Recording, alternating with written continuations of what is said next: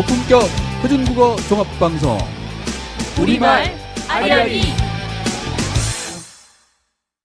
안녕하세요. 문어발 이건봉입니다. 네, 안녕하세요. 재밌게입니다. 네, 훈민정음 해례본 특강 네. 우리가 아주 야심차게 아리아리 특강으로 준비한 첫 이런 걸 프로젝트 말고 뭐라고 해야 될까요? 이럴 때 딱 그런 말이 생각이 안 나는 게 머리가 참 많이 굳어 있다는 느낌입니다. 우리가 지난 7강 때 그 중성자에 대해서 이야기했었죠? 재밌게님 네, 다 네. 기억나세요? 네, 조금 기억납니다. 다 내가 기억나는가는 자신 없지만. 네. 네. 하늘아. 네네, 하늘아와 그리고 사람을 그 나타내는 땅을 뜻하는 네. 사람 뜻하는 이. 네, 이 네. 세 가지를 가지고서. 그렇죠. 그거 가지고 어떻게 이제 네. 글자들이 만들어지고, 네. 그 다음에 또 복모음, 이중모음이죠. 네네. 이가 들어있다는. 네, 그 이로 설명. 시작을 한다는 거. 네, 이가 네. 이로 시작하는 그 네. 복모음에 대한 설명. 네. 상당히 인상적이었던 네. 그런 시간이었어요. 그리고 방위와 숫자로 이렇게 나타낸다는 것도 굉장히 인상적이었습니다. 근데 그 부분은 잘 모르겠어요. 오늘 선생님 모시고. 네. 한 번 우리가 더. 한 번 더 좀 잠시 약간, 복습? 복습하는 게 좋지 네. 않을까 그렇게 생각합니다. 네. 자, 수업 들어가 보죠.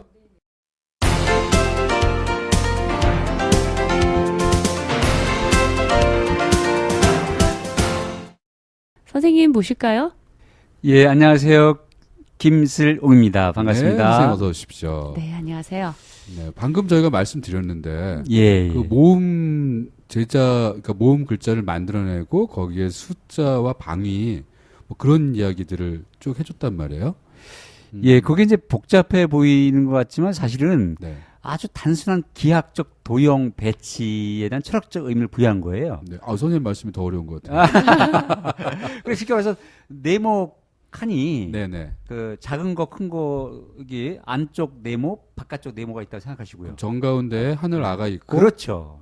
그 네모가 둘러싸여져 있고 그 바깥으로 또 큰 네모가 하나 더 있고. 그렇죠. 그래서 작은 네모가 일종의 지금으로 얘기하면 그 단모음 오와 네. 우어가 되는 네. 거고요. 그러니까 그 네모라는 게 중간에 하늘이 있고 네모라고 하는 거는 의하고 이를 그 사방으로 하나씩 이렇게 가두듯이 바깥에 이렇게 그렇죠. 두면 그게 그러니까 네모라는 위 거잖아요. 아래에 의가 있고 네. 왼쪽 오른쪽에는 이가 있어서 있고, 그렇죠. 아와 합쳐지면 네. 위에 거는 우가 되고 아래 거는 오가 되고 네. 오른쪽 거는 어가 어가 되고 되고. 왼쪽 그렇죠. 거는 아가 되고. 네. 그렇죠. 네, 네, 네. 근데 그 방위를 잡아주시고 네. 네. 그다음에 이제 밑에서부터 출발하면 밑에가 1, 네. 위쪽이 2, 네. 그다음에 아에 해당되는 왼쪽이 3, 네. 그다음에 오른쪽 어가 4가 되는 거죠. 1, 2, 3, 4. 네. 지금도 방이 나타날 때 이게 보여드리지 못하지만 이게 직선으로 위로 갔다가 그죠? 네. 이게 옆으로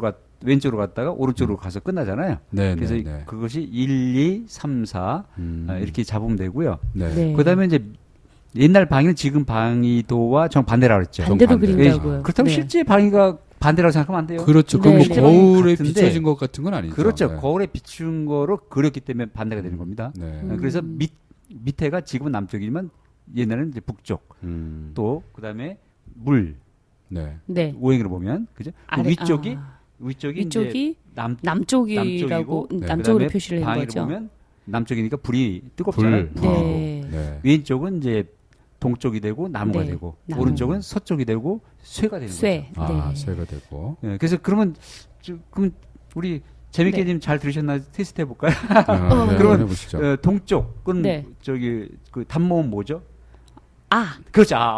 역시 네. 재미있으신 아시네. 말했더니 총명하게 총명하시까지 하시네. 네. 예, 그렇게 그러면 이제 단모음은 이제 정리가 됐죠, 그죠? 네. 그래서 어는 이제 숫자로 보면 4고, 네. 그다음에 서쪽이고, 네. 오행을 보면 쇠, 금이고 쇠, 그렇게 금, 되는 네. 거죠. 음. 그다음에 이제 바깥 네모는 네. 네. 출발은 마찬가지입니다. 밑에서 출발하는데 그때 아까는 이제 안쪽에 아래아가 기준이 되지만 그렇죠. 밑에는 하늘, 이제 네. 밑으로 내려가는 밑에 점이 2개 찍히는 거죠. 바깥 네, 네모. 바깥으로 바깥, 점이 찍히는 거죠. 그렇죠. 하늘 두 그 개씩. 아래 대출자. 하늘아라고 하는 게 네. 그럼 맨 밑에가 점이 2개가 두개 찍히면 찍히면 유가 되겠네요. 유가 되는 거죠. 네. 그렇죠. 의가 그럼- 이미 있으니까 네, 거기에 점을 그렇죠. 찍으니까 유가 된다는 거죠. 그렇죠. 그럼 네. 위쪽이 뭐가 되는 거죠? 요, 요가 그렇죠. 되겠네. 그럼 왼쪽이 아에 오는 방향이 여. 여가 되는 거고 여. 네. 오른쪽이 야. 그렇죠. 이렇게 되는 거죠. 아. 그러면 뭐 지금 같으면 밑에 오가 오니까 요가 왔으면 좋겠는데 네. 그 당시는 또 이렇게 음양의 조화를 또 꾀했기 때문에 아. 그래서 오하고 오가 유하고. 양이기 때문에 네. 유는 이제 음이 된 거죠. 네. 그래서 음양의 조화를 맞게끔 아. 그렇게 되는 거죠. 그리고 이제 숫자로 보면 그 중앙의 아래와 하늘이 옵니다. 네. 네. 중앙수가. 네. 그러니까 이제 5는 빼고 네. 6부터 출발해야죠. 아. 1, 2, 3, 4처럼 네. 6, 7, 8, 9가 되는 거죠. 아, 1 6, 7, 밑에 8, 6이 되는 거. 그렇죠. 유가 네. 이제 6이 되는 거고 그다음에 2 위가 7이 되는 거네요. 그렇죠. 요가 7이 되는 거고 왼쪽에 3 3에 해당되는 여가 여가 팔. 8이 되고 그렇죠. 그렇죠. 어, 네. 야가 9가 되고 그렇게 되는 거죠. 네. 그러면 1부터 10 사이에서 뭐가 빠졌죠? 5하고 10. 5는 아까 이제 아래야. 하늘 네. 아까 오라 그랬고. 네. 아니 숫자로 보면 뭐가 빠졌죠? 숫자. 숫자? 10이 빠진 거 10이 아닌가요? 빠졌죠. 10이 네. 가장 간단한 걸 어려워하시네. 네. 10이 아직 안 빠졌는데 했죠. 10은 네. 이제 의하하의 의가 네. 10이죠. 의가 그럼 이는- 숫자가 있군요. 그러면 이제 우리 그 당시에 중성자, 모음자 기본자가 11자인데 네. 그 중에서 2만 빠졌죠. 예, 2. 이거는 2는 수로 나타나는 뭘까요? 11 아니에요, 그럼요? 11이 아니고 2는 네. 이 모든 그 방위를 겸하는 쉽게 말해서 모든 중성자에 영향을 끼치는 네, 그렇기 숫자가 때문에 그 없었다고 했던. 수를 부여할 수 없다. 네. 아, 맞아. 지난 시간에 그 얘기 하셨네요. 수와 네. 방위가 정해져 있지 않다. 이렇게 네. 얘기를 하는 겁니다. 네. 네. 그러면 선생님 이 수와 방위를 이렇게 모음자에다가 부여한 것, 네. 그럼 어떤 의미가 있는 거예요? 자, 이거는 이제 제가 볼 땐 두 가지 의미가 있다고 보는데요. 네. 하나는 이 초성자 같은 경우, 자음 같은 경우는 발음 기관 어딘가에 닿았다가 네, 이렇게 그렇죠. 터지거나 스치거나 뭐 두발 겸하고 그러는데 그래서 특정 자리, 예. 특정 발음 작용을 본떠서 만들 수가 있어요. 근데 이 모음이라는 것은 네. 입술, 혀, 목구멍 이게 아주 복합적으로 움직이기 때문에 네. 우리 입안의 발음기가 어딘가를 본뜰 수가 없는 거죠. 그렇죠. 그러다 보니까 이렇게 우리나라 말에 담겨 있는 특히 모음에 담겨 있는 음양의 이치가 있어요. 그래서 뭐 아와 오는 양성이고 네. 그다음에 어와 우는 음성이고 네. 이런 음양의 기운이 말에 들어 있는데 네. 그거를 이제 도형으로 이렇게 정확하게 그려야 되잖아요. 그러다 보니까 이런 상대값을 줘가지고 위치를 정해주는 그래서 이 수를 통해서 위치를 정해주고 그 정확한 어떤 그런 도형학적 위치를 정해주는 값으로 그 수라는 걸 부여했다고 볼 수 있고요. 또 넓게 보면 이 동양뿐만 아니라 인간의 또 사람의 자연의 모든 말소리는 음양의 이치가 있다 봤잖아요. 네. 그래서 그런 음양의 이치를 세종대왕과 그 집현학자들이 네. 그런 수리적 의미, 특히 네. 동양의 그 하도에서 비롯된 그런 수리적 의미를 부여한 거죠. 어디에서 비롯돼? 그 하도라는 네. 그러니까 이제 그 동양의 고대 철학의 수리 철학의 바탕이 되는 네. 하도의 원리를 이렇게 네.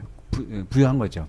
그렇다고 해서 하도의 의미를 뭐 그대로 모방했다기보다는 네. 우리 오와 우어, 글자에다가? 요야 유어 우리 글자의 음성학적인 위치와 특성 이런 것들을 정확히 잡아서 거기에 이제 의미를 부여한 거죠. 네. 네, 그렇군요. 신기합니다. 네. 글자에다가 그러니까 그 모음자를 이제 추상적인 건데 사실 네. 거기에 역시 이제 추상으로 설명하기 쉽게끔 숫자와 방위 네. 이런 것을 부여했다. 네. 그거 참.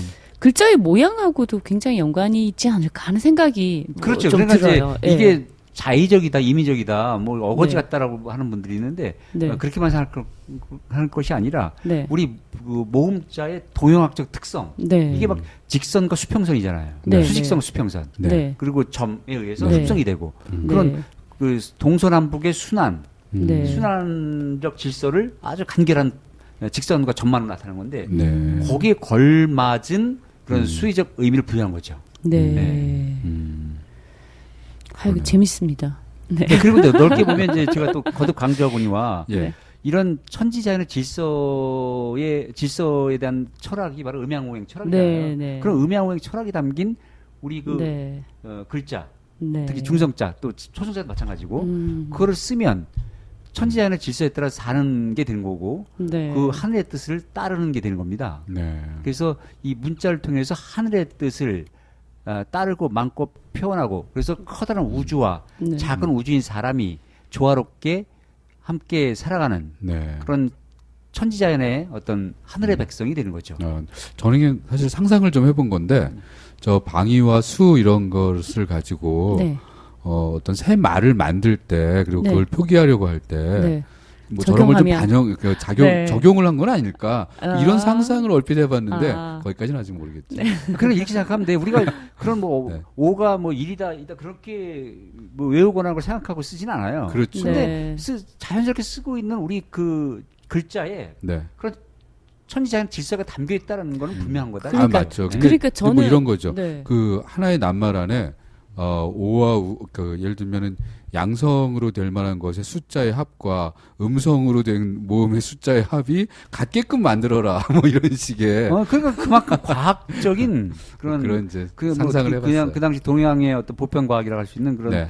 과학적 질서가 담겨 있다라는 그런 문자를 만들었다. 네, 네. 그래서 이런 문자를 쓰는 백성들은 진짜 이 보편 철학을 실천하는 백성이다. 네. 이런 놀라운 사상이 네, 담겨 네, 있는 네, 겁니다. 네. 그 간혹 이 세상이 만들어진 질서에 대해서 우리는 궁금하게 생각하잖아요. 그렇죠. 그것처럼 이 새로운 문자를 만들 때에 그 우리 세상 그때 당시에 사상들을 다 염두에 두고서 어떤 새로운 질서를 딱 만들어서 잘 정리를 한 게 아닌가 뭐 이런 네, 생각도 네. 드네요. 그렇죠. 네. 그 당대에 네. 고대부터 내려오던 그 모든 네. 보편 철학을 네. 나름대로 체계화시켜서 네. 다시 재구성해서 반영했을 뿐만 아니라 네. 거기서 더 나아가서 그 음성과학과 연결함으로 인해서 네. 그것이 더 보편적인 과학이 되게끔 네. 하는 그런 통합 과학의 네. 문자입니다. 아주 멋진 네. 세종대왕님이십니다. 자, 복습을 좀 해봤고요. 오늘 그러면은 모음자, 중성자에 대해서는 더 나가는 건가요? 어떻게? 아닙니다. 이제는 네. 이제 그 초성과 중성이 또 만나야 되는 거 아닙니까? 아, 그렇죠. 또 종성도 만나야 되고. 네네네. 그렇게 초성과 중성과 종성이 어울리는 철학적 의미가 무엇인지. 네. 그러면서 제자의 대단원의 마무리가 됩니다. 네. 제자해에서 마지막에 그것을 마무리하는군요. 예, 예. 네.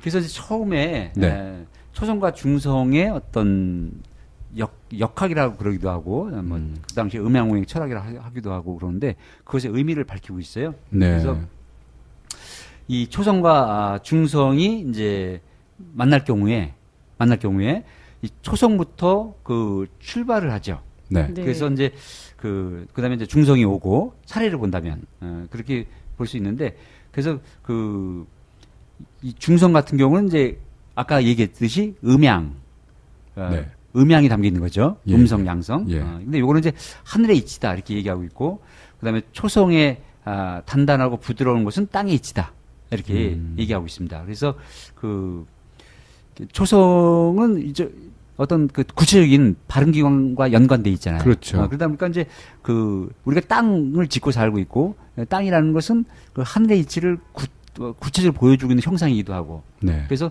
초성을 땅에 비유하고 그다음에 중성은 이제 음양을 함께 가지고 있으니까 예, 예. 음양을 함께 가지고 있고 그런 음양이 조화롭게 만들게 하는 이 천지자연의 기운 이게 하늘이니까 하늘이라고 하는 거죠. 그러면서 이제 그 중성은 이제 음양을 갖고 있기 때문에 중성은 어떤 음사학적 특징을 갖고 있는가 그걸 또 연관시키고 있어요. 그래서 중성은 하나가 깊고 하나는 얕고 하나가 오므리고 하나가 벌리고 이런 이제 음양이 나뉘고 이거는 뭐냐면 우리가 이제 모음을 설명할 때 입을 얼마나 많이 벌리냐 안 벌리냐 예, 그죠? 예. 아 같으면 입을 네. 벌리고 오 네. 하면 오므리고 이러잖아요. 그렇죠. 네, 네. 이런 그 모음의 음사학적 특징을 이렇게 설명하고 있는 겁니다. 그래서 그 음양이라는 기운이 담겨 있기 때문에 역시 그 중성자 모음 오행의 기운이 갖춰졌고 그걸 음양을 주재하고 통과하니까 그건 하늘의 작용이다. 이렇게 네, 하늘에 네. 비유하고 있습니다. 그다음에 이제 초성은 그 구체적인 발음 기관과 연관된 발음 작용이잖아요. 그렇죠. 바로 그거를 또 설명하고 있는데, 근데 요거는 그 원문에서 이 의문학적 배경지식이 없으면 이해하기 힘듭니다. 그래서 제가 이제 번역에서는 제가 가로에다가 보충 설명해놨는데 무슨 얘기하면 이제 원문 그대로 이제 번역을 해볼게요. 네. 초성은 어떤 것은 비고, 어떤 것은 막히고, 어떤 것은 날리고, 어떤 것은 걸리고, 어떤 것은 무겁고, 어떤 것은 가볍고, 이렇게만 설명이 나와요. 어. 근데 잘 이해가 안 네. 가시죠? 근데 빈다는 여기서 게. 처음에 네. 어떤 것은 비고 이게 텅 비었다는 얘기예요. 이건 후음을 후음 얘기하는 것 같아요. 예, 그래서 네. 목구멍의 상태를 예, 연관시켜서 후음을 네. 어떤 것은 막히고 그 막히고. 목구멍에서 나오자 첫 번째 나오는 소리 네. 그 이른바 어금니 소리 네. 아음이라는 거죠. 아음. 지금 연국의 음. 네. 예, 그래서 아음을 얘기하는 거고 어떤 건 날리고 날린다. 날린다는 얘기는 혀를 가장 많이 움직이는 아. 바로 혀소리 설음을 얘기하는 거죠. 네. 그다음에 어떤 것은 걸리고 이 공기가 스쳐서 이를 통해서 나가다가 걸려 이에 네. 그래서 네. 걸린다고 표현을 썼어요. 이게 치음이죠. 치음. 치음이고 네. 어떤 것은 무겁고 이건 이제 무겁고 어떤 것은 가볍고 이게 무겁다는 건 이제 그 입술 소리 중에서 좀 더 상대적으로 무거운 그러니까 비읍과 승려 비읍을 비교해 보면 승려 비읍보다는 비읍이 더 무거운 거죠. 이게 네, 네. 순중음이라고 네. 볼 수 있겠고 어떤 것은 가볍고 순경음 입술 가벼운 소리 요건 이제 순경음을 어떤 것은 가볍고 이렇게 해놨어요. 그러니까 어떤 것이 가벼운 것이 순경음을 가리킨다. 문맥을 통해서 이해할 수는 있어요. 근데 네. 처음 보시는 분들은 이해하기가 어려운 거죠. 네. 그래서 이런즉 강하고 부드러운 것이 드러나서 여기 오행의 바탕이 이루어진 것이 바로 땅의 공이다. 다시 말해서 아까 초성은 땅이라고 그랬죠. 네. 중성은 중성 하늘. 하늘. 하늘이라고 그랬죠. 네. 그래서 이제 그 땅에 이렇게 견져서 설명하고 있는 겁니다. 그다음에 이제 또 중성이 요거 마지막 거는 좀 네. 재밌게 좀 읽으실까요? 네. 중성이 깊고 얕고 네. 그 문단의 마지막 중성이 깊고 얕고 오므라지고 펴짐으로써 앞에서 소리 나고 초성이 오음의 맑고 흐림으로써 뒤에서 화답하여 초성이 되고 다시 종성이 된다. 또한 이는 만물이 땅에서 처음 생겨나서 다시 땅으로 돌아가는 것을 볼 수 있다. 자 여기서 자 하늘과 땅 일단 상대적으로 볼 때는 하늘이 중심이 되는 거죠. 네. 그리고 그 하늘은 중성이고 중성부터 설명하는 이치를 이해하셔야 돼요. 아. 왜 우리가 발음을 할 때 네. 초성 다음에 중성이 나오잖아요. 네, 네. 근데 네. 여기서는 그 차례를 얘기하는 게 아니라 네. 그냥 하나의 음절 단위로 네. 그 중성 모음을 중심으로 한 덩이 초성과 종성은 안 올 수도 있고 네. 이 한 덩이의 말을 음절이라 그래요. 음절. 네, 네. 네. 음절이란 단위에서는 그 중심은 중성이에요. 네, 그렇죠. 중성을 중심으로 초성 종성을 아우르는 게 음절이라는 개념이에요. 네, 네. 바로 그걸 설명하고 있는 겁니다. 그래서 결국은 중성이 중심이니까 중성이 하늘이 되는 거죠. 그리고 그래서 여기서는 이제 그 중성부터 설명하고 있고 앞에서 얘기했던 그 중성 모음을 발음할 때의 그런 특징들 뭐 깊고 얕고 이런 뭐 오므라지고 펴지고 예, 예. 그러니까 아레아 같은 거는 이제 아레아 같은 거는 그 목청 깊숙이 나오니까 설축 그 네. 성심이라고 했는데 성심 목구멍 깊숙이 나오는 소리 그 다음에 다른 것들은 상대적으로 또 얕고 뭐 이런 중성의 특징을 설명하고 있습니다. 네. 그러면서 또 살짝 종성의 특징도 설명하고 있는 거죠. 그래서 이제 우리나라 글자가 종성 자음이 예. 초성 자음을 그대로 쓰잖아요. 예, 예. 그래서 네. 우리가 한번 저기 몸 해보세요. 몸, 각. 각. 이때 이제 미음과 기역이라는 종성 받침이 이게 종성이죠, 그죠? 네, 네. 근데 그것이 다시 옆에 이를 붙여버리면 이게 다시 살아나. 그래서 몸이 하면 몸이, 각이 이런 식으로. 각이. 그래서 종성이 다시 초성이 됐죠. 네. 그리고 초성이 다시 종성이 되고 네. 이렇게 순환을 하게 되는 거죠. 네. 우리 글자 자체가 바로 그런 특징을 여기서 뭐라고 설명했냐면 만물이 땅에서 처음 생겨나서 다시 땅으로 돌아가는 것을 볼 수 있다. 이런 식으로 이렇게 순환의 질서를 설명하고 있습니다. 네. 그래서 초성과 종성은 이제 자음이고 땅이죠. 네. 땅이기 때문에 이제 초성이 종성이 되고 종성이 초성이 되는 네. 이거를 이제 이렇게 땅에서 나와서 땅으로 돌아간다. 이런 얘기를 하고 있어요. 그래서 우리가 우리말에서 똥땅 이거 생각하면 돼요. 우리가 그죠? 이게 그 똥이 아니 땅 죄송합니다. 땅에서 난 그 먹거리를 먹고 그죠? 예, 또 예. 그 똥을 누고 네. 그리고 그것이 다시 먹거리가 되고 네. 고림이 돼서 네. 그래서 네. 다시 돌고 도는. 돌고 똥땅 예, 예. 똥땅. 네. 그래서 옛날 우리 조상님들은요 아주 똥을 되게 중요하게 여겼습니다. 왜냐면 그게 생명이거든요. 먹거리고. 그래서 우리가 똥을 어떻게 걸음을 잘 쓰느냐에 따라서 먹거리가 달라지는 겁니다. 예, 그래가지고 예. 어느 정도였냐면 만약에 이웃집 놀러 갔다가 거기서 어쩔 수 없이 이제 네. 똥 대변을 봤을 때 똥을 누를 경우 예. 아까운 겁니다. 아, 그 다시 그래서 가져와요?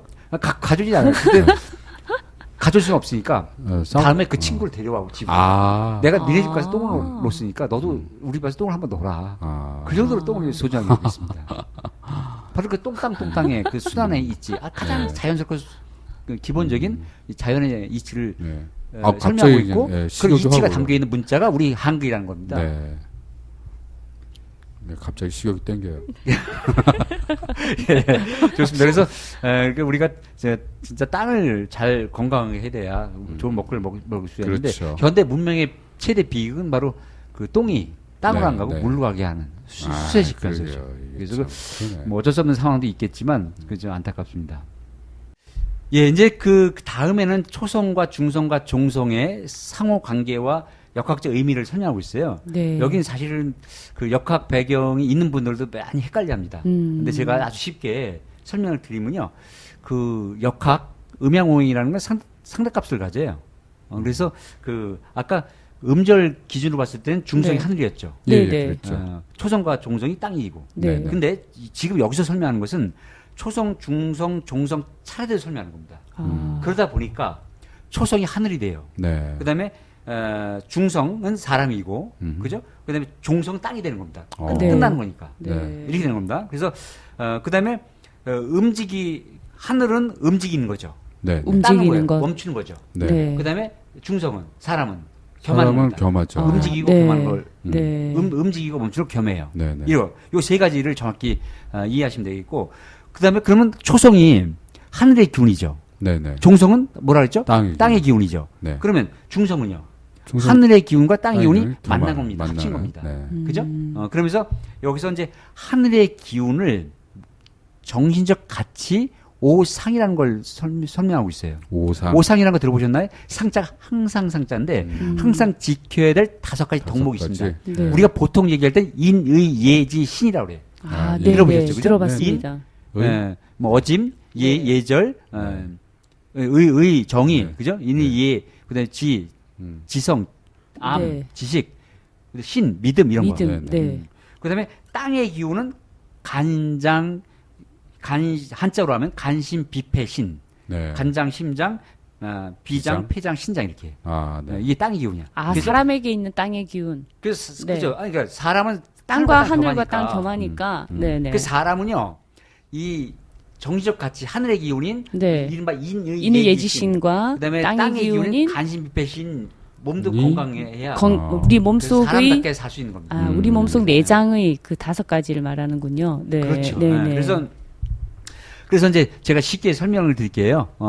이 목구멍부터 출발하면 좋습니다. 예. 네. 목구멍부터 이제 발음이 나오니까. 네. 그러면 이제 그 목구멍은 물기가 많아서 예. 오행을 보면 수죠. 네. 네, 네. 수라고 했었죠. 그다음에 물. 네. 물이죠. 네. 네. 물이죠. 그죠? 그다음에 방위를 보면 북이죠. 북죠. 그래서 이제 음. 그러면 물과 연관시켜 봤을 때 네. 대단히 물을 다스리는 것은 콩팥 신장이죠.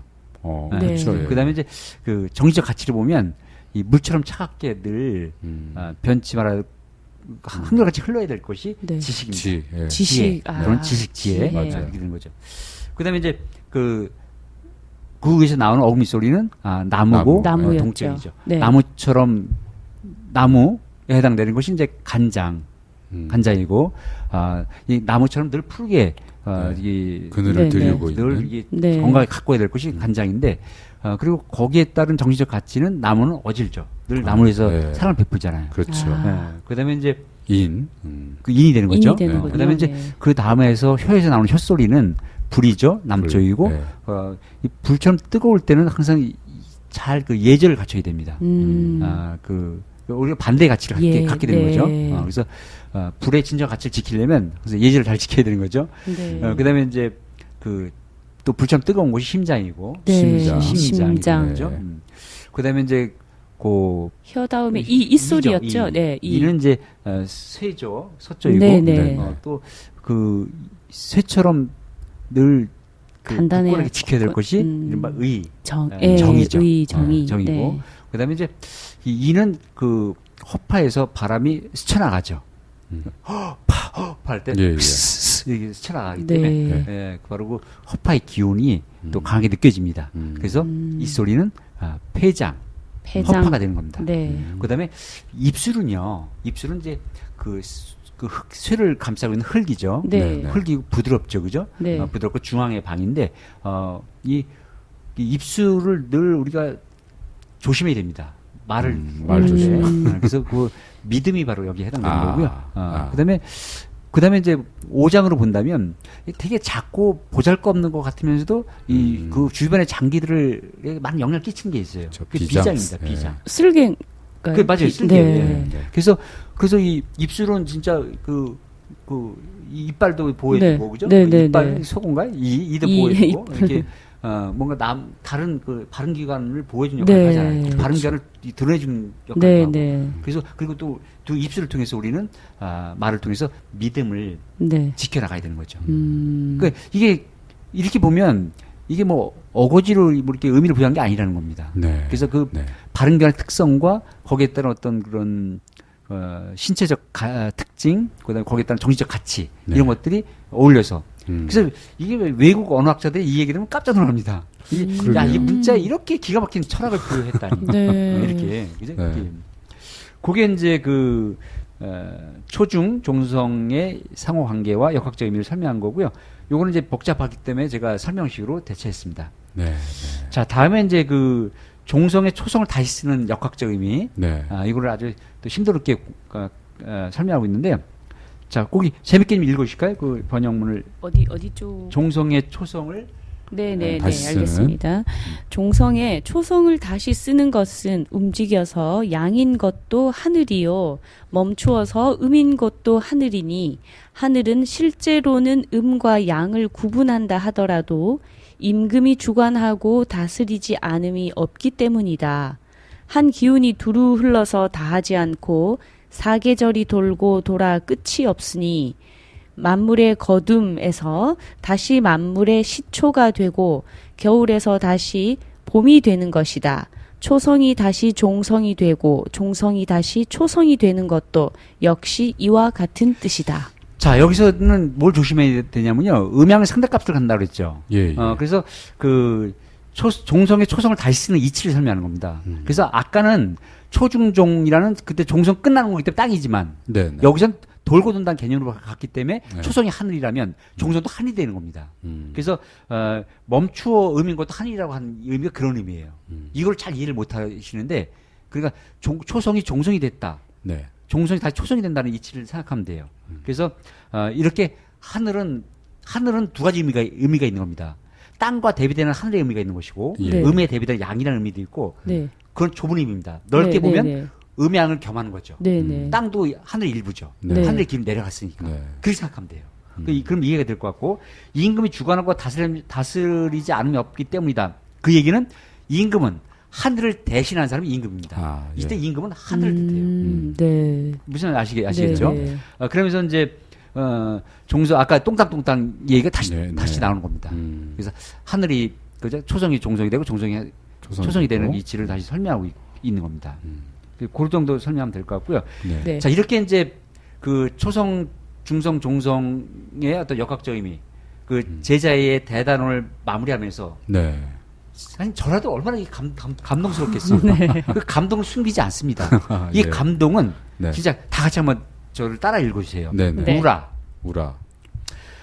정음자기 천지 만물질이 한비하니 정음자기 천지 만물 질이 한비하니 기신의제니라 기신의제니라 시태 천계 성심이 가수 언자호로구나.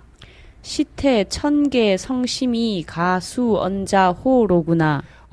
정음이 만들어진 것은 자 이제 저기 우리 그 문화발님만 따라 읽으세요 그럼. 네, 그럴게요. 죄송합니다. 다 같이 같이 따라 해요? 읽으세요. 네. 정음이 만들어진 것은 정음이 만들어진 것은 천지 만물의 이치가 천지 만물의 이치가 모두 갖추어졌으니 모두 갖추어졌으니 신묘하구나. 신묘하구나. 이는 바로 하늘이 성인의 마음을 열어 성인의 마음을 열어 솜씨를 빌린 것이로구나. 솜씨를 빌린 것이로구나. 이때 성인은 세종을 얘기합니다. 자, 이건 너무 감동스럽기 때문에 제가 네. 집현자 학사들의 목소리 다시 한번 읽어보겠습니다. 정음이 만들어진 것은 천지만물의 이치가 모두 갖추어졌으니 아 신묘하구나.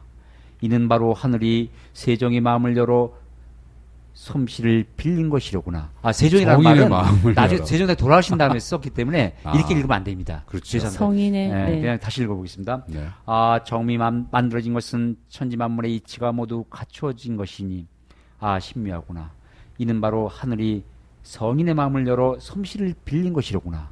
이렇게 비록 과학적 이치에 따라 만들었지만 만들어 놓고 보니까 천지만물의 이치가 완벽하게 반영된 네. 음양 삼재 음양 이치가 반영된 천지 과학의 이치가 반영된 진짜 기가 막힌 하늘의 문자, 네. 과학의 문자, 보편 철학, 보편 과학의 문자가 되었다. 이걸 네. 어찌 신묘하지 않다라고 할 수 있겠는가? 이런 신묘한 문자를 만들 수 있는 사람은 오직 네. 하늘의 뜻을 받은 그렇죠. 성인만이 가능하다. 이런 얘기를 하는 겁니다. 야, 성인의 손을 빌어서 만들었다. 그렇죠.